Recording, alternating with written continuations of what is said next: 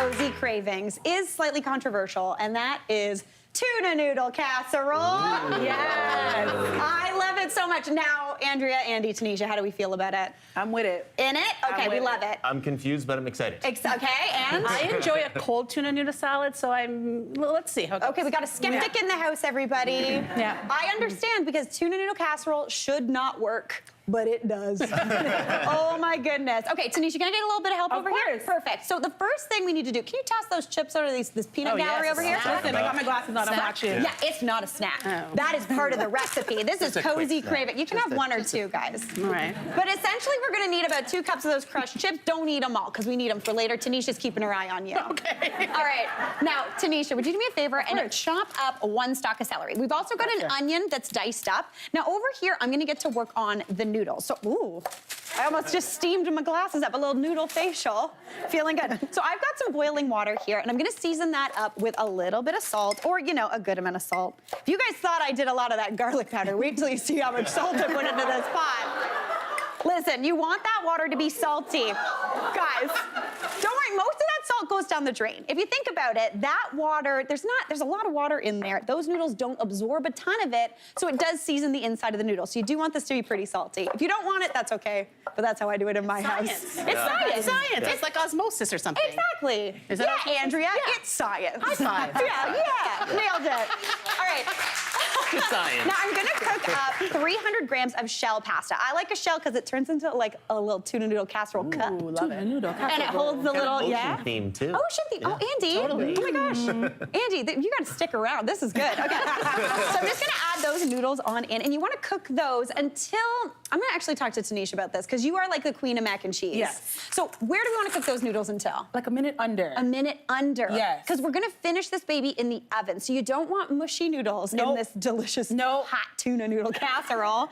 You want them to be a little bit firm so they keep cooking in the oven. Absolutely. Okay, so now can you bring those veg on over? Course. I have got a tablespoon of butter. It's starting to brown, not a bad thing. That's in that pot, and I want this to cook down. Can you season that up for me, a little salt and pepper? So I want this to cook down for about 5 minutes, just until it gets a little tender. If you get golden brown, nothing wrong with that, but I'm not gonna lie, tuna noodle casserole, you don't need golden brown. It's just about kind of soft and delicious. It smells so good. Already, so good. All right, that's looking great. I would cook that down again for more time. Yeah. But now I'm gonna add in some more flavor. So the first thing I need is 2 cloves of garlic. Yeah. And the second thing I need, so we have a tablespoon of butter in there. Tanisha, I hear there's something about butter. Yeah, butter. Butter make it taste better. Yeah, it does. So would you add 3 more tablespoons of butter into this pot? So we're adding 3 more tablespoons of butter on in. So for all those measurement heads out there, that's a full quarter cup of butter going into this baby. I'm tossing in those 2 cloves of garlic. All right. Man, rasping garlic on TV takes longer than it does at home. It's one of those rules, you know? Yeah. Okay, that's going in, doing its thing. Now, I would let that cook for about 30 seconds just to cook off that raw garlic flavor. But essentially here, what I want to make is a roux. Okay. And we've made a roux before when we did mac and cheese week, anytime we've done something thickened, some sort of sauce. But essentially a roux is fat and flour mixed together that's going to thicken up a liquid. So I've got some just all-purpose flour here. Right. The cops are coming because of the amount of butter we just put in. I don't know if you at home could hear, but there were sirens that come in. All right, so I'm gonna add in about 3 tablespoons of all-purpose flour just into that pot, and that's gonna thicken everything up. All right. So you want that to toast off for about a minute, 30 seconds, because that's gonna kind of allow that flour flavor to cook off and give you a toasty flavor. Okay.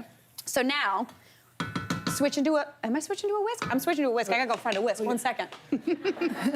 This is where we discover that Mary doesn't fully know where everything is in this kitchen. The whisk is coming. The whisk is coming. We got it. it. All right. Would you add in 2 cups of chicken broth or vegetable broth? We're using vegetable broth today, so I can have. Nice. Just starting slow, exactly. Yeah, I don't want to make a splash. No, you don't want to make a splash. Not in the white pants. No. The white dress. The white dress. We made a huge mistake today. Huge.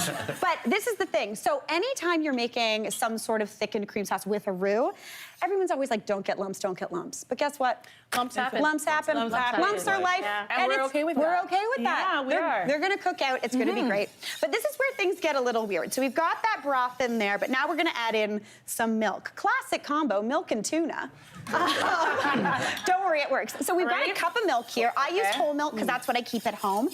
All ready? We make a great team. We do make a good team. Yeah. This is fun. This is fun. Do you want to come over anytime? Anytime. Okay, perfect. I love it. Mary, Yeah. I'm having a change of heart here because you know why? Okay. My dad used to, and still does to this day, make something called cream tuna on toast. Oh, You know what I'm okay. talking about, anybody? No. Sounds delicious. And it's delicious. Or cream salmon on salmon, toast. yeah. We got one from the audience. Uh-huh. And it's just essentially tuna and cream on toast. It's Well, delicious. listen, you replaced that toast with noodles and you got tuna noodle All right, casserole, my I'm friend. sold, I think. Yeah, that is good to go. We sold her, we Yeah, we sold her. Now, we've got some peas in there as well, because I love those little snaps of some frozen peas. Yes. So I've got a cup of peas in there. Basically, you want that to come to a boil. Let that cook for about 3 minutes until it's nice and thickened. And then we end up with something that looks a little like that, which is just a nice cream sauce, looking beautiful. Andy, hey.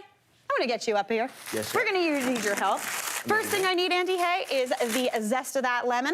Would be an honor. Right on Thank in you. there. Tanisha, can you tell me about 2 tablespoons or 3 tablespoons of that parsley? Absolutely. And this is where I just get to stand in the middle and add my favorite ingredient, and that is some cheese. This is, again, where it gets weird. We've got tuna and we're putting cheese in it. I've got Parmigiano Reggiano, about 3/4 of a cup, so I'm gonna add that on into the pot. That's looking beautiful. Smells I like that hit of lemon. I'm always about a hit. Pop her in, baby. right. Pop her in. Let's go. All right, and then the pièce de résistance, 2 cans of tuna. The star of the The star of the show.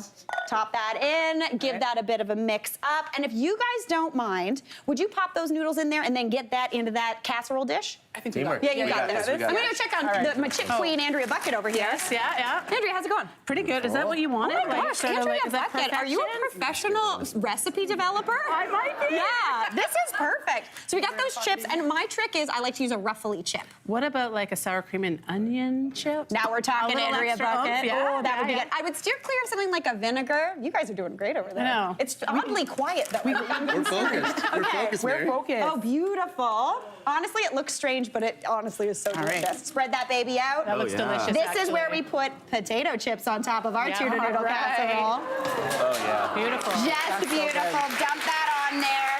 Spread that out. Oh, there we go. Now, at this point, what I usually do, and I've got it over here, I put on a little bit of some grated cheddar cheese, a little bit of smoked paprika. Yeah. So good. Yeah. Pop that into a 350 oven for about 25 to 30 minutes. Then you want to set it aside just for 5, because any sort of casserole, you want to let it sit, and you end up with a little something that Oh looks my goodness. like this. Pop that down. Come on up here, Andrea Bucket. Let's see if we made a converter. Let's see if we converted her, okay? Shall we dig in? Where Let's you go going? Where are we? this Right here. corner. This one? Let's go. Okay.